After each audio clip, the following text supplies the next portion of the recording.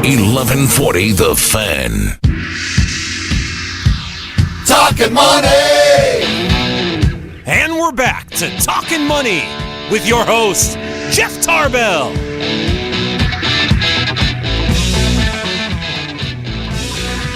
Welcome back. This is Colin Grail and Monica Reyes sitting in for vacationing Jeff Tarbell on a rainy Saturday, so thanks to all of you for listening. Just a great day to be sitting at home, drinking a cup of coffee, looking out the window. Although I did see a little sun peeking out, so it looks like we're going to get some clear skies this afternoon. A little rain rolling in, I think just in time for the 49er game tomorrow. We had a winner to our quiz question. The question was, what NFL team is going to give up three home games over the next 3 seasons to play in London? And Eric was our winner. It is the Rams. So we'll be sending out some Sierra Tahoe ski pass tickets to Eric. So thank you, Eric, for calling in. So the Rams, they're going to be in London for 3 years. They gave that up for three home games. So that's a big give up. And it's going to be in London. There's some rumors that London's actually trying to figure out how they can establish an NFL franchise. But this may not be a surprise for those of you who are Irish or know somebody who's Irish, but the Irish are feeling a little disgruntled that it's all going to London and nothing's happening in Ireland. So that's that. So next year's game, you can put it on your calendar if you want to watch. It's the Rams against the Patriots, October 28th. It'll be an actual in-season game. A lot of times they play the preseason over there, but this will be an in-season game there. So. Again, Colin Grail and Monica Reyes with Westlake Grail and Glover up in Granite Bay. We're in here talking money. We're talking about retirement planning. And got one question off our text line here that this is an easy one because it's a short answer. It says, this comes in from Yolanda. And Yolanda, I think I know who you are. Says, what should we expect to happen in the markets during an election year? And, trying to predict the market is kind of a fool's game. We don't know what's going to happen. It's going to be volatile. We're expecting a little bit more this year, just like we saw last year. But what we're preparing for is very conservative returns. We're not expecting huge downside. We're not expecting huge upside. We're preparing for conservative returns. We could definitely be surprised. The market has priced in a lot of bad stuff. So if some of that bad stuff doesn't come to fruition, we could actually see some positive momentum. We're off to a good start, but it's a long year. So we don't really try to predict the market. We just try to prepare ourselves and be prepared for no matter what happens in the market, that clients can still work towards their goals. And anything you want to add to that, Monica? Yeah, you stole my line. The whole time I'm thinking, because we can't predict, what we can do is prepare. So it's very well said, Colin. Thanks. All right, thanks. So we want to open this up to a retirement planning discussion. There's really what I'll call a retirement planning epidemic going on out there.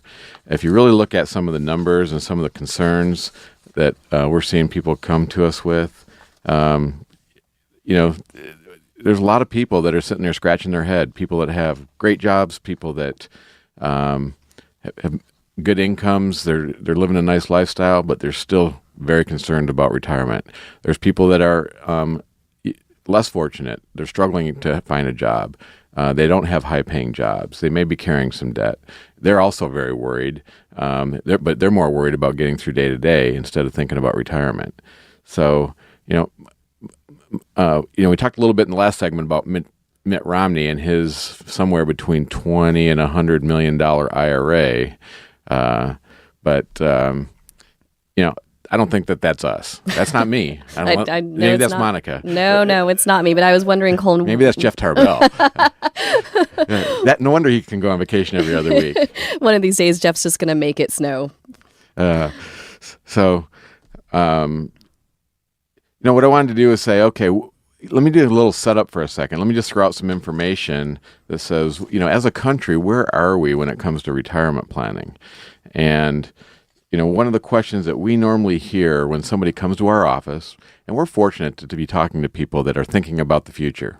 They've usually got some resources, and they've taken that step to call a financial planner and say, I'd like some help, and I'm starting to think about what do I need to do for the future. And often that conversation starts about, how should I invest my money? And why is that? Well, why do you think that that's where people start, Monica? Well, I think sometimes you can't help it when all you hear on the news, on the radio, on TV is all about the market, all about the economy. So trying to figure out where you fit into that with as much or little as you have, I think that kind of stops you dead in your tracks before you can even get to imagining what to do 10, 15 years from now. And our whole media is really focused on investments and investment performance. Most financial firms, that's what they lead with. When really, how would you like it if you went to your doctor and all they talked about was meds?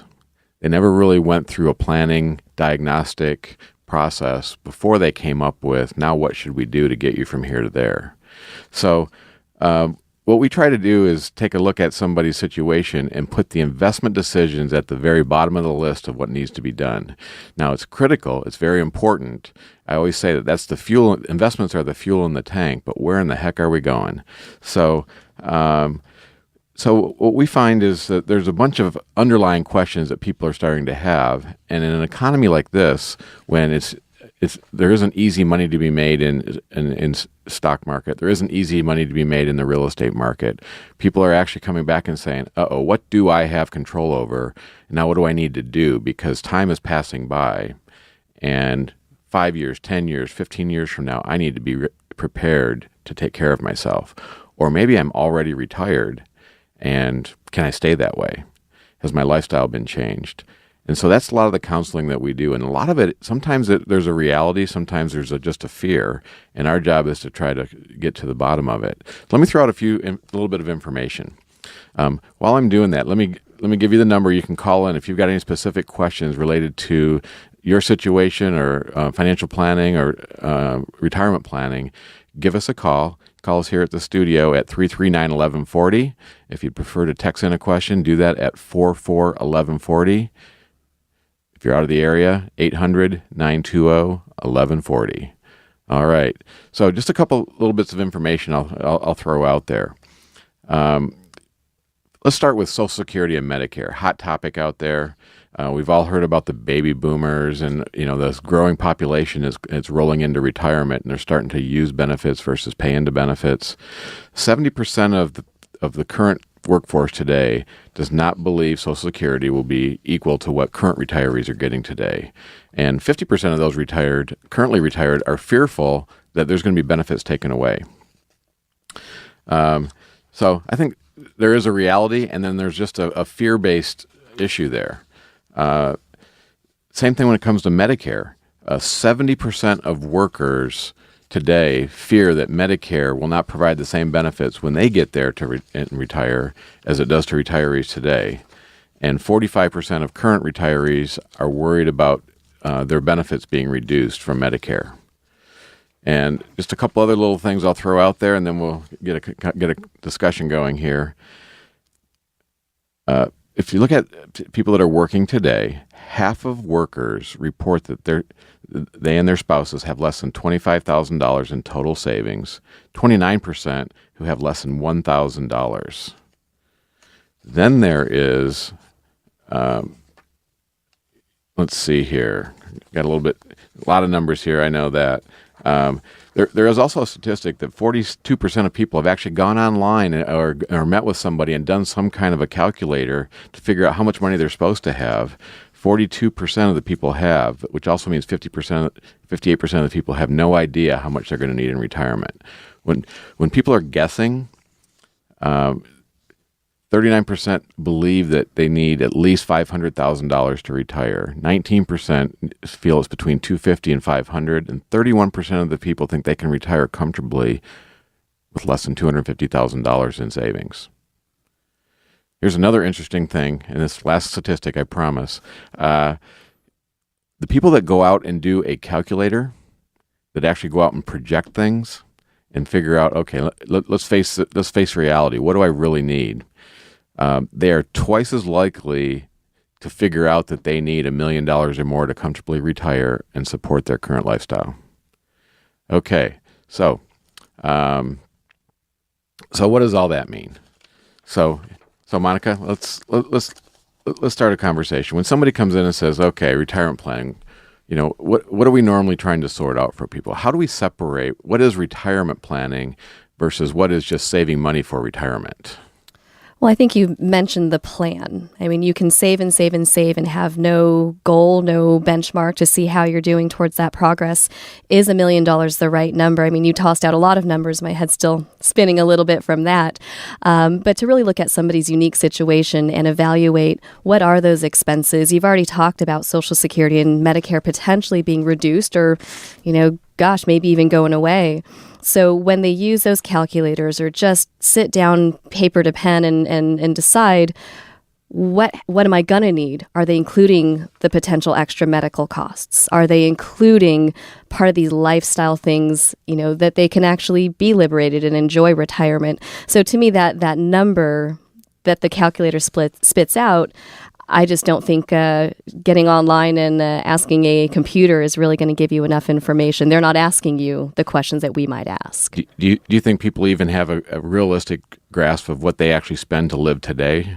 To be honest, I don't think so. I think as long as I can keep writing checks or keep swiping my debit card, I feel pretty good. Is that going to continue into retirement? Who knows? I think if you sit down, a lot of clients, when I sit down for them for the first time and really start to ask those details, I think the one piece that scares people the most or the homework that takes the longest to get back is their expenses. What do I spend? Where do I spend it? I think it's an eye-opener for a lot of people when they take time to sit down and do that exercise. So I think that in itself is a good one. And when we ask people to do that, they actually think they're going to come back and put them on a budget, which is not what we're going to do. I try to not use the word budget. Yeah, I try to say, here's a worksheet. or people actually try to underestimate what they really spend. And really what we're trying to do is come up with a number that says, here's your lifestyle. To enjoy your lifestyle for the next 40 years or 50 years, what does that lifestyle cost us? And so how much that'll help us get an idea of what we need to do to put ourselves in that position. Right. I think that makes the difference between liberation at retirement and realization at retirement. That's a big one. So we're going to take a short break and we'll come back and continue this discussion. I've got a quiz question. Let me again give you those phone numbers. You can give us a call at 339-1140 or you can text in at 44-1140. And this is Cole and Grail, Monica Reyes, talking about retirement planning. We're with Westlake, Grail and Glover. So quiz question as we go into the break is, there is a company out there called Mega Upload. Who is the owner of Mega Upload and what do they do? And then we'll be right back.